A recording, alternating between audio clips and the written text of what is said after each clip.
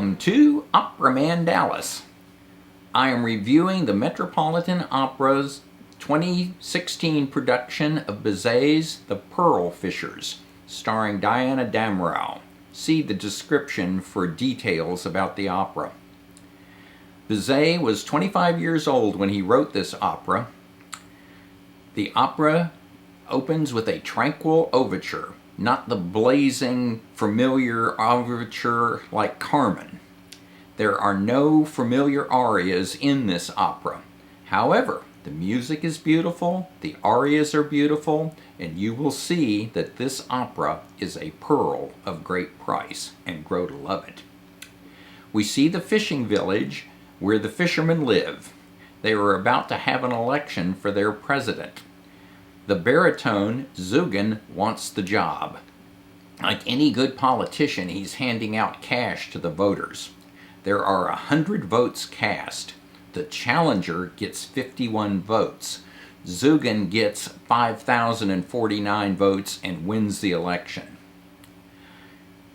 His best friend, the tenor Nadir, has been off hunting for a few years because they were both in love with the same woman, an anonymous priestess. But they swear undying friendship to each other and that a woman will never again come between them. Yeah, right. There is an opening in the position for high priestess. The job entails making certain that there are no evil spirits around. To do this, you must remain a virgin. The new priestess shows up, Leïla, and she swears an oath to remain chaste on pain of death, and of course to drive away evil spirits. At the time, she is wearing a veil, so the two men do not recognize her as the woman they are both in love with. Surprise, surprise, surprise. After taking the oath, Leïla sees the tenor and sings, "Oh crap, what have I done?" Nadir decides to go to sleep on the dock. Night falls, and the priestess is given lovely accommodations on the fishing dock, where she sings about love.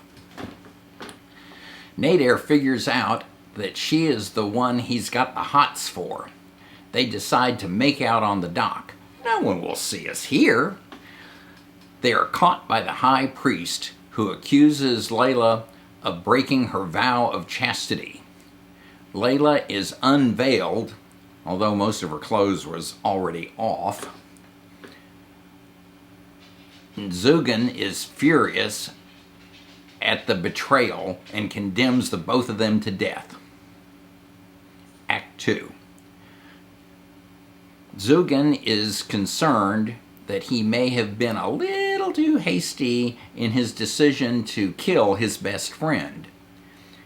But he is furious when Leïla confesses her love for Nadir and attempts to save him. She tells of an episode of cops that she was in as a young girl. She saved a fugitive when the cops came around. She said to them, "I have not seen the fugitive, Dr. Richard Kimball." The fugitive gave her a pearl as a thank you gift. Zurga sees the pearl and realizes that he was that fugitive she rescued. Zurga decides he needs to rescue them from the mob and even the score. In order to facilitate their escape, he decides to set the village on fire as a distraction. How about just saying, "Oh, my bad," and letting them go? However, if you thought KISS was the first group to use pyrotechnics on stage, Bizet beat them by 100 years. As the village burns, the lovers run off. Zurga waits for the return of the villagers and his supposed punishment.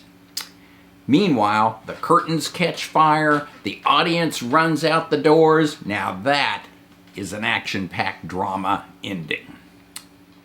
And flaming curtain.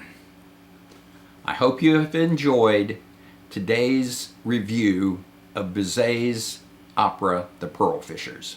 Thank you for watching. Click on the circle on the side of the screen to subscribe.